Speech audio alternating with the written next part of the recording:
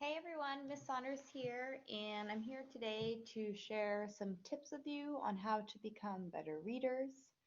And of course, we want to become better readers because by being better readers, we will become better writers. I think if you want to improve your writing skills, reading a lot and paying attention while you read is really the most essential way to do so to improve your writing. So it seems kind of backwards because reading is almost the opposite of writing. I think you could safely maybe argue that, but it really has a huge difference over your writing if you are paying attention while you read and kind of absorbing both the macro and micro structures of what you are reading. So by the microstructure of what you are reading, I mean the kind of broader structure of the text, on a paragraph level. And on the micro level, I'm talking more on the sentence level. So the kind of individual structure of each sentence. And the more that you can understand the macro and microstructure of what you're reading, the better you will be able to kind of manipulate the structure of your text and the structure of your sentences when you yourself write. So these are my 3 steps about becoming a better reader. So name the parts of what you're reading, describe the different parts of what you're reading, and see how the parts relate to one another. Now, moving forward, I'm going to name and describe a number of different parts of sentences. Of course, today we are going to be thinking about the micro level of the sentence. That's going to be, these parts that we're thinking about. But I encourage you guys also to think, to reflect on the PowerPoint, how to write a college essay, and think about the terms that I used there in terms of hook, transition, introduction, context, body paragraph, topic sentence, when you think about reading for the macro structure of text as well, okay? But today we're going to think about micro reading, so thinking about sentences and how to improve our sentences. Okay, so we want to name the parts, describe the parts, see how the parts relate to one another. I'm about to give you a bunch of names and descriptions of parts of sentences to see if we can, by learning them, we can think about how to make our own sentences better. So, and some of this might be familiar to some of you, some of it not, but my first term is the clause, and that is a unit of grammatical organization in which there is both a subject and something that happens to the subject. So a clause is really the smallest unit of grammatical organization that could be considered a sentence. So I have an example. John went home. We have the subject, John, and something happens to John. So it is a sentence, right? It is also a clause. If we wanted, we could add more clauses to it. We could join clauses together, but as it is right now, it is still considered a sentence. Next term I have here is diction. Diction means word choice. So the difference of using the word vocabulary versus the word lexicon would indicate a difference in diction. Using the word maiden versus woman, paramour versus lover.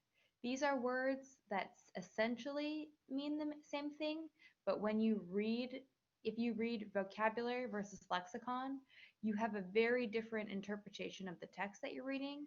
You have a different interpretation of the author.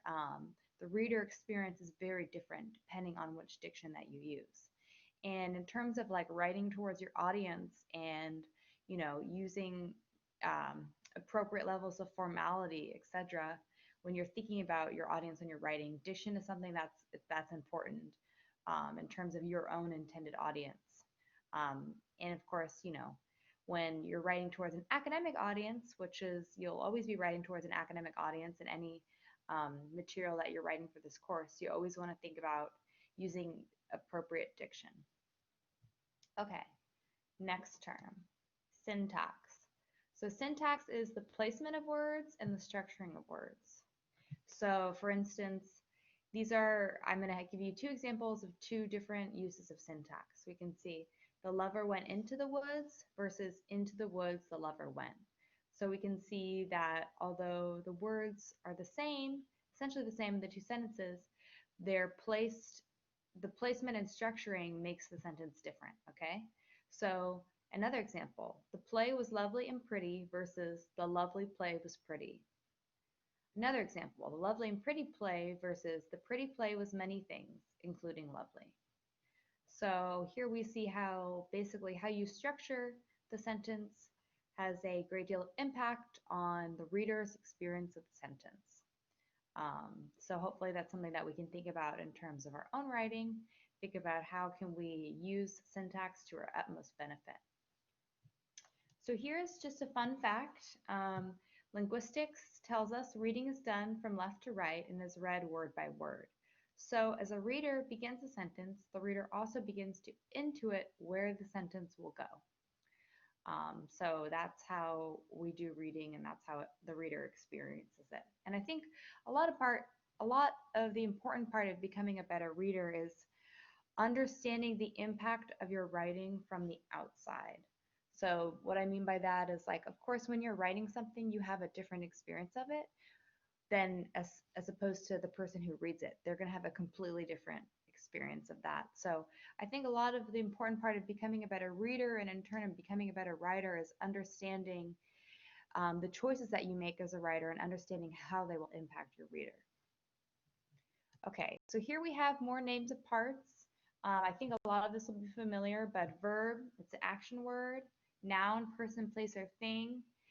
Adjective, that is a descriptive word. So for instance, lovely in the phrase lovely play, that would be an adjective. Okay, so here are, my next term is called parataxis, and this is a term that describes a type of sentence. And it's derived from a Greek word that means to place side by side. And parataxis is essentially refers to the juxtaposition of short, simple, independent clauses. Okay, so here are some examples of parataxis. And these are kind of common ones that we see in everyday life. It's in your mouth, not in your hands. Maybe she's born with it, maybe it's Maybelline. Nothing outlasts the Energizer. It keeps going and going and going. So we see here these three excerpts are all short, independent clauses that are placed side by side. They do not necessarily, I mean, of course, they have a relationship with each other in terms of meaning, but in terms of the flow and the direction of the sentence, right? These are independent sentences. They're not connected. It's in your mouth, not in your hands. Even though there's just a comma connecting those, they're still distinct from one another. Okay, so in parataxis, I think you really kind of understand what parataxis is when you compare it to hypotaxis. Essentially the opposite of parataxis. So hypotaxis is the subordination of one clause to another, or when clauses are coordinated or subordinated to another within sentences. So while parataxis is, these short independent clauses, hypotaxis is a series of clauses that are either coordinated to one another or subordinated. So there's one kind of important main clause and all the other clauses are subordinated to that one most important clause. So here we'll look at an example. And just a fun fact, this sentence mentions Joan Didion, who is a very famous writer of nonfiction, probably the most famous American essayist of our time. Okay, so this sentence is, let the reader be introduced to Joan Didion, upon whose character and doings much will depend of whatever interest these pages may have, as she sits at her writing table in her own room in her own house on Welbeck Street. So we see here that these are a series of clauses that are essentially dependent and coordinated to one another. We see that the main clause, which is the first clause, let the reader be introduced to Joan Didion, right? So that's kind of the dominating clause. And then the clauses that come after it are describe and kind of defer to this main clause. The clauses that come after it would not exist in the same way if they were not referring to the main clause. Let the reader be introduced to Joan Didion, who they essentially, Joan Didion as a subject, they essentially go on to describe. Um, so it's really, if you think about the difference of hypotaxis versus parataxis, it's really like hypotaxis is like a power struggle, right? There's often one clause that dominates the others, whereas parataxis is more um, democratic, I guess, in terms of arrangement, clause arrangement.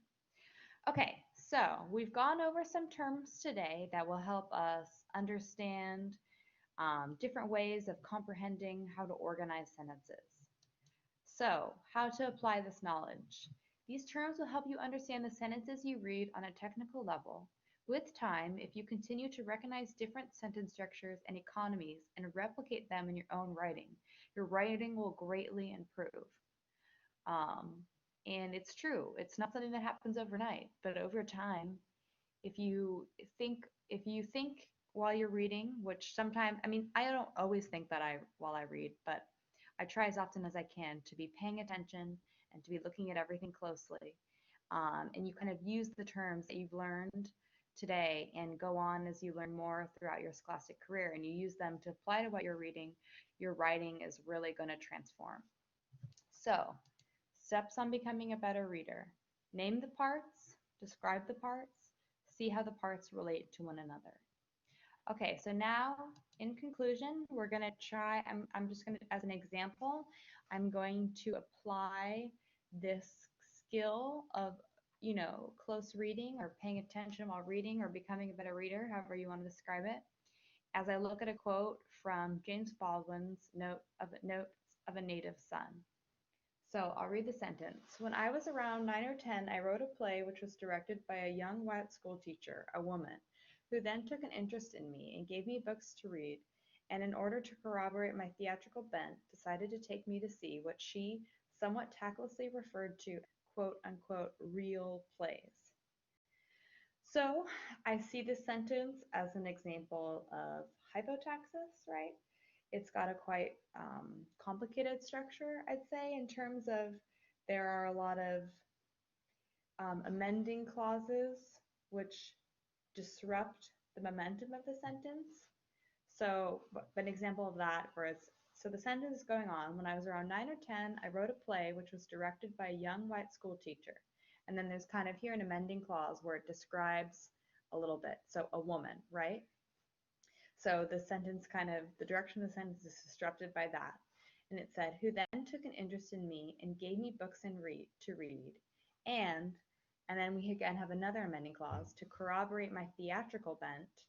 And then the sentence goes on, decided to see what she somewhat tactlessly referred to as real plays. Another thing I noticed about the way this sentence is constructed is instead of at the end of the sentence when he says, decided to take me to see what she referred to as real plays, he decides to kind of interrupt that with decided to take me what she somewhat tactlessly referred to as real plays. So there's a lot of description in this sentence. A lot of nouns are being described in detail, right? With uses of adjectives, which as a reader kind of helps me like really ground myself in this experience of what he's describing. Um, so on the diction, we see a lot of like diction that word choices that I would associate with like a higher level of reading, such as corroborate, um, tactlessly. A phrase that really sticks out to me is theatrical bent. I think it's just a phrase that I don't hear very often. And bent, I think, is kind of a more colloquial term, whereas some of this, I think, with the structure of the sentence and the style of the sentence and some of the other diction is a little bit higher, but bent is more of like an average everyday term. So theatrical bent as a phrase really jumps out at me. Um, yeah, so these are, things that I've observed about this sentence as a reader, which I then can transport and import back to my own writing. And I can think about this sentence when I think about how I want to structure my own sentence. So hopefully this provides a bit of an example for y'all about how to become a better reader. All right, I hope that was helpful. Thank you.